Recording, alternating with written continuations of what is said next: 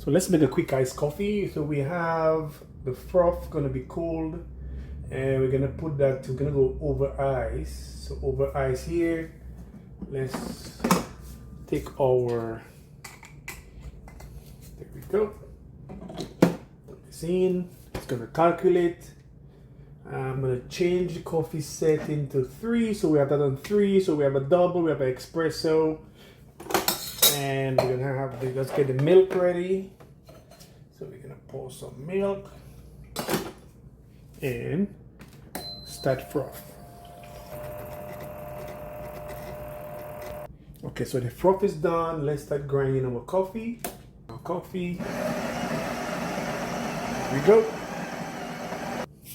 So the coffee is grind. Knock. Press. Put that, lock in place, cup, and we're gonna start brewing. So we have our brew. We're gonna clean that right away while it's hot. And what I like the most about this is when you put it down, it's gonna serve clean. Let's go. Pour coffee. We have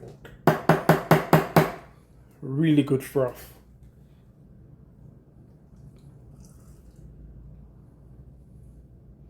Oh, check this out. Just enough.